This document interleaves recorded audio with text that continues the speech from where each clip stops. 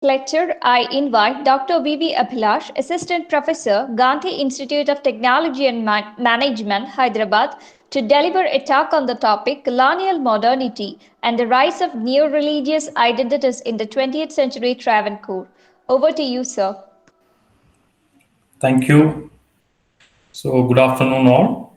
The chair of the session, Professor V. Satish, Dr. Jinimon, Dr. Sanal Mohan, who inaugurated the session, Dr. Ajay Shekhar, Dr. Nazir, Dr. A. Sajjana, and members of the Iyengali chair. So, thank you very much for having me on this program today. My special thanks to the program organizers.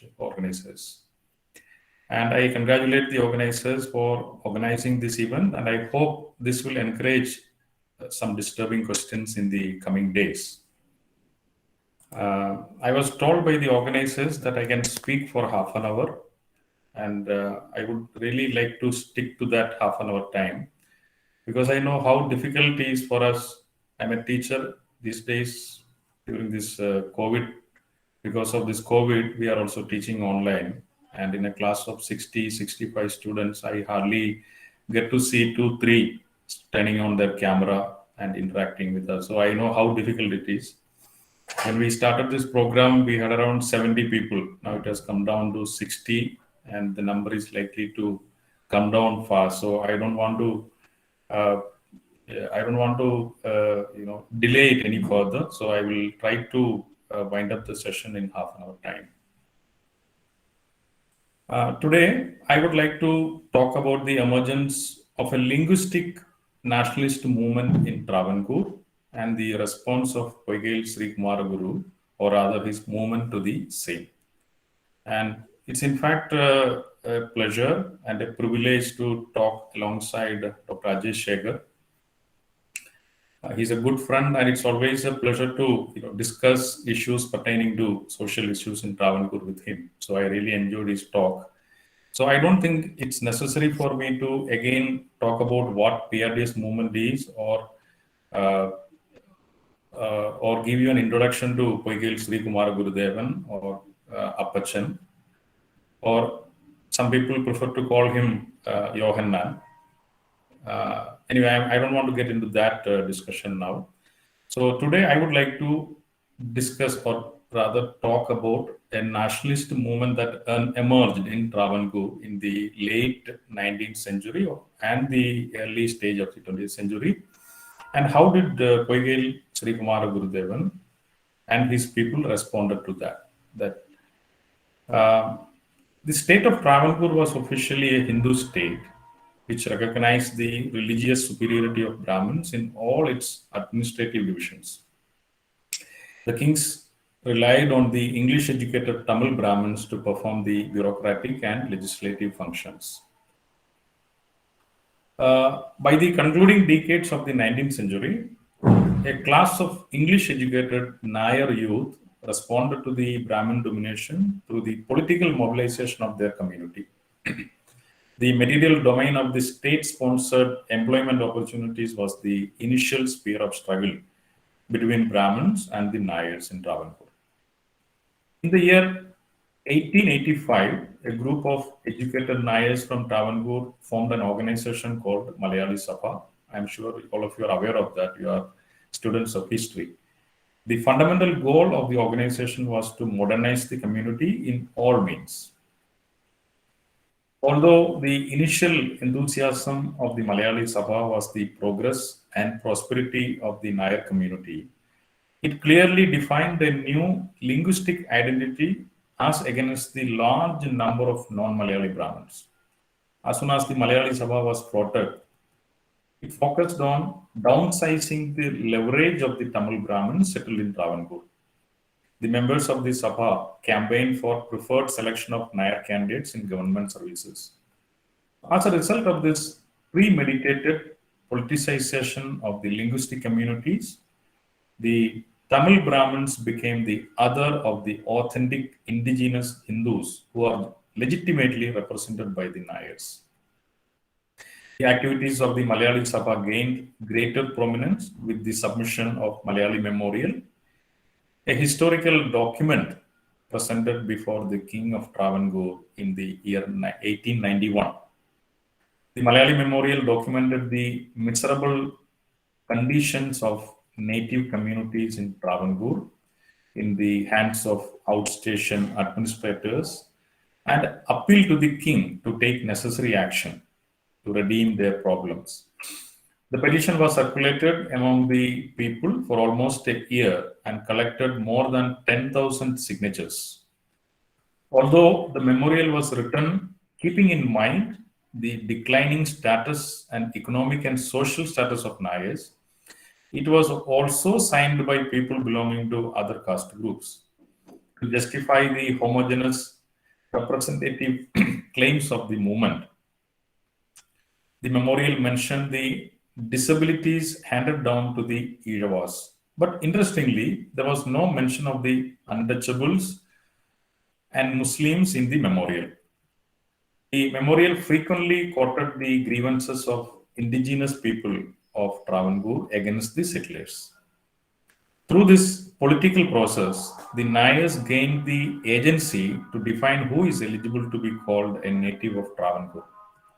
Although the memorial failed to find any favor with the king, it undoubtedly established the prerogative of the Nayars to define the essence of an indigenous brand of nationalism and to represent the natives of Travancore by silencing other sections.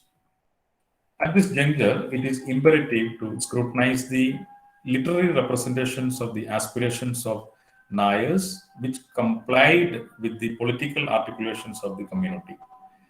Chandumenon's Indulega, published in 1889, caricatures the Brahmins as feeble-minded and moronic. The novel revolves around the exploitative relationships between Brahmin men and Nayar women. The Malayali Sabha was critical of Sambandham as it was inimical to the well-being and social security of the Nayar women.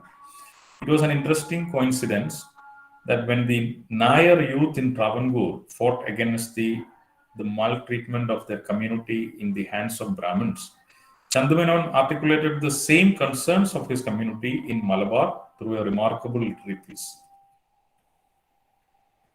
The 19th century Nayar reformers imagined a renaissance and redefinition of Travancore to best suit the upliftment of their community from the slumber of generations of submissiveness to Kshatriya kings and spiritually superior Brahmins, especially the Tamil Brahmins and Brahmins from other states. However, in this political process, the lesser privileged sections were silenced into oblivion.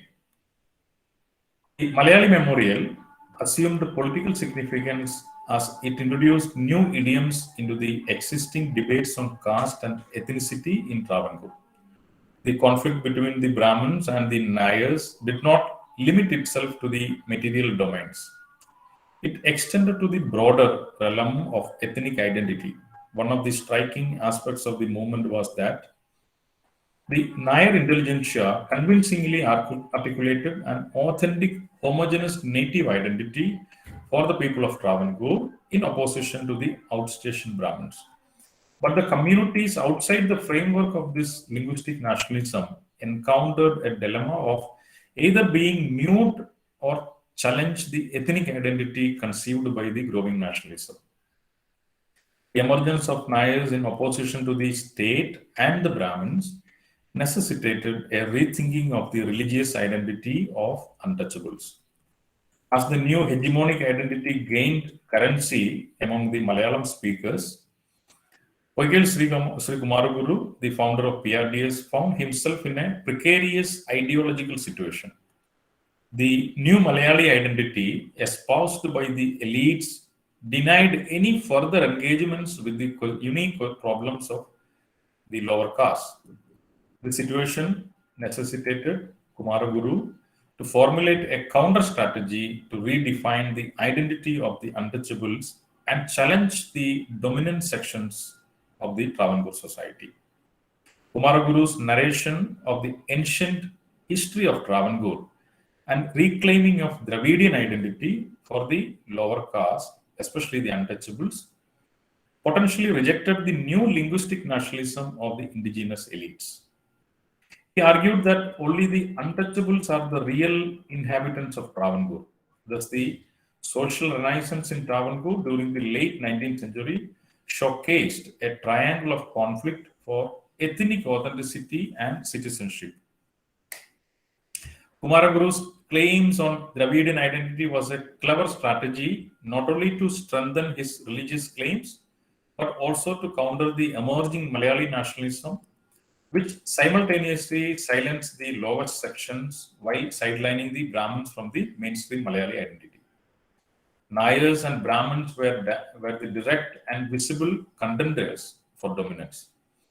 The other caste sections either played a mute and submissive role or resentfully accommodated themselves into the space designated by the superior forces.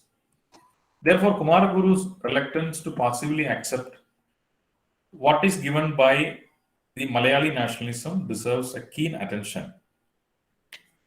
Kumaraguru argued that the untouchables of Travancore belonged to the Dravidian clan. His claims on Adi Dravida past assumed enormous importance in this context. His invoking of the history of Arya Dravidian conflict invalidated the claims of Malayali Sabha. The theoretical foundation of Kumaraguru's Dravidian claim achieved two objectives. The Dravidian identity disowned the homogeneous hegemonic Malayali identity, and secondly, the discourse negated authentic citizenship to the caste Hindus. The most ironical aspect of the ideological conflict between Kumaraguru and the Malayali Sabha is that they both owe a great deal of reference to the conceptual resources of the Dravidian movement in the Tamil-speaking regions of Madras Presidency. The influential Dravidian movement, which swept across the present Tamil Nadu, redefined selfhood and identity with caste and Brahmin as the central figures. During the late 19th and the early 20th centuries, the period which witnessed rapid changes in the socio-political fabric of Travancore, interestingly coincides with the massive anti-caste or rather anti-Brahmin movement in Tamil Nadu. Kumaraguru broadened the scope of Dravidian identity to formulate a respectable lineage for the lower caste in Travancore. He reinforced a distinct and sovereign religion and ethnic identity devoid of the ascribed untouchability.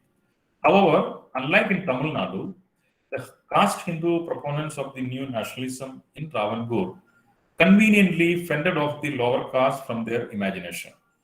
The Dravidian movement in Tamil Nadu appropriated the linguistic identity of the Tamil speakers, excluding the Brahmins. Interestingly, the Malayali Sabha in Travancore, or rather the Nayar movement, emulated the Dravidian ideology but excluded the lower caste from the Malayali identity they formulated.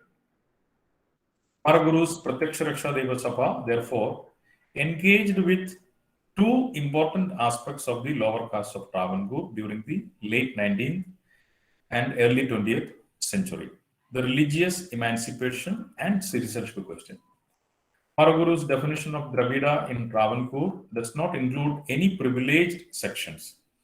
He thus equipped the untouchables to refashion their religious identity and claim the authentic citizenship of Travancore. However, due to the relentless conflict between communities and limited resources, Kumaraguru's movement did not flourish into a powerful countercurrent. But the ideological formulation of the movement is rich enough to address the identity question of outcaste to a great extent. Having seen the genealogy of nationalist movement inaugurated by the struggle for power and privilege between the Brahmins and Nayars and the fitting dual response articulated by Kumaraguru through his spiritual sermons, one can argue that the neo-religious identity proposed by PRDS and the Dravidian identity was primarily political in nature. The struggle for power between indigenous and foreign elites exerted its impact on the lower caste social formations too. The strategies formulated by communities to resist the onslaught on their existence varied from one community to another. The Eidava critique of caste did not significantly distance the community from Hinduism. Rather, the SNDP movement created an alternative platform to claim a respectable position within the Hindu hierarchy. In this regard, the PRDS movement stands apart from other lower caste movements in Travancore. The uprising of Nayars against the despotism of Brahmin rule was merely an attempt to capture power from a perceived external agency. This process severely sabotaged any attempt from the lower caste to engage with the issue of caste and untouchability. The intervention of Kumaraguru, therefore, in this context, principally provided an alternative ideology to resist the silencing act of the Nayars and other elites and create a powerful ethnic identity as manifested in his spiritual discourses. Thank you very much. If you have any questions, we can discuss. Thank you, sir, for your very informative talk on Kumaraguru and his contributions in the socio-political fabric of Travancore.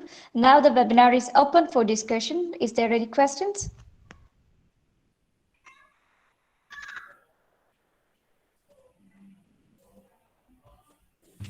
Abhilash sir, first of all, I would like to praise it for your presentation. I have a doubt. In the midst of your presentation, you have mentioned about Travancore nationalism. So my doubt is, what was the base of Travancore nationalism? Can you repeat that question? Sir, what was the basis of Travancore nationalism? You have mentioned something like that, Travancore nationalism over Kerala nationalism, like that. So what was the basis of that nationalism? Whether it was patriotism or something else? You are asking the nature of the movement or the date in which it was established? No, nature of the movement. Nature of the movement. Yes, That's what I'm trying to articulate.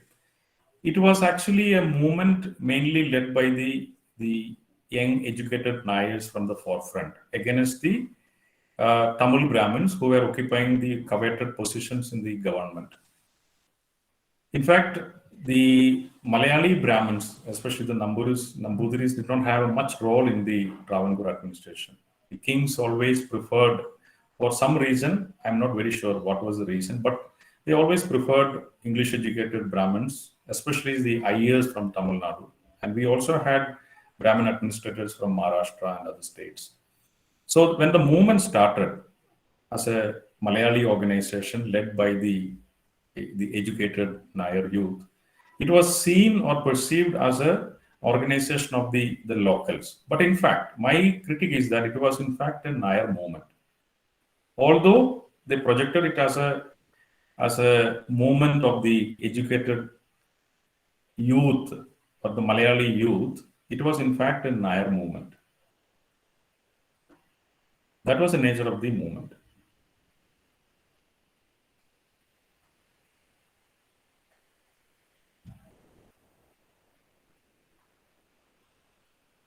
Okay, sir, but can we say it as a national movement? That is my simple doubt, nothing else.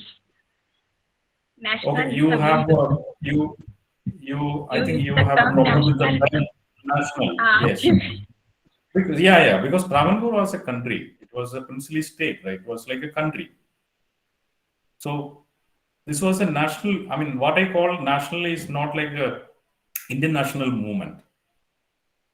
They use their linguistic identity to define that we belong to this region, we belong to this country, we are the people of Travancore, and we have been dominated and ruled by the outstation Brahmins. Therefore, we demand our share.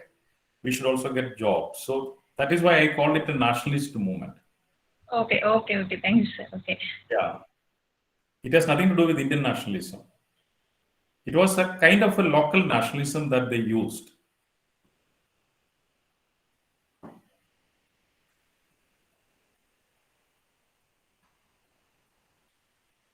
Any other questions?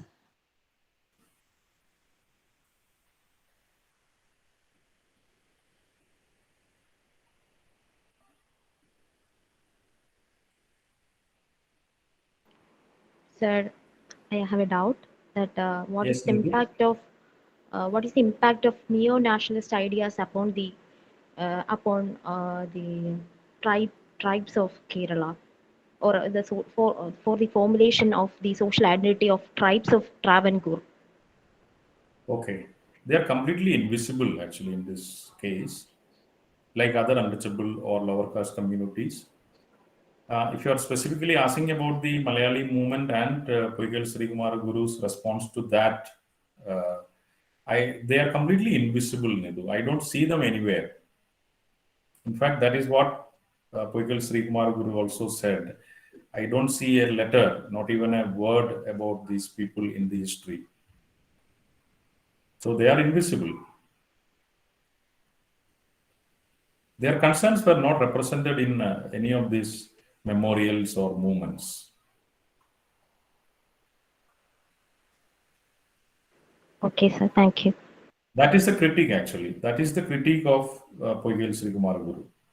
That when you speak on behalf of the indigenous people, when you claim that you are representing Malayalis, uh, many sections are not represented there. They are invisible. They are not there.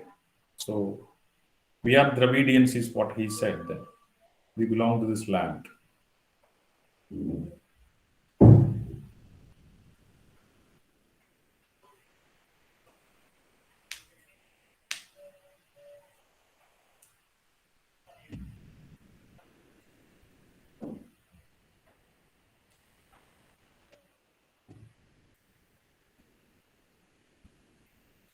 I think there are no more questions. So, or to the organizers. Once again, thank you so much, sir, for accepting our invitation. Thank Thank you very you. much. Thank you very much. Thank you for inviting me.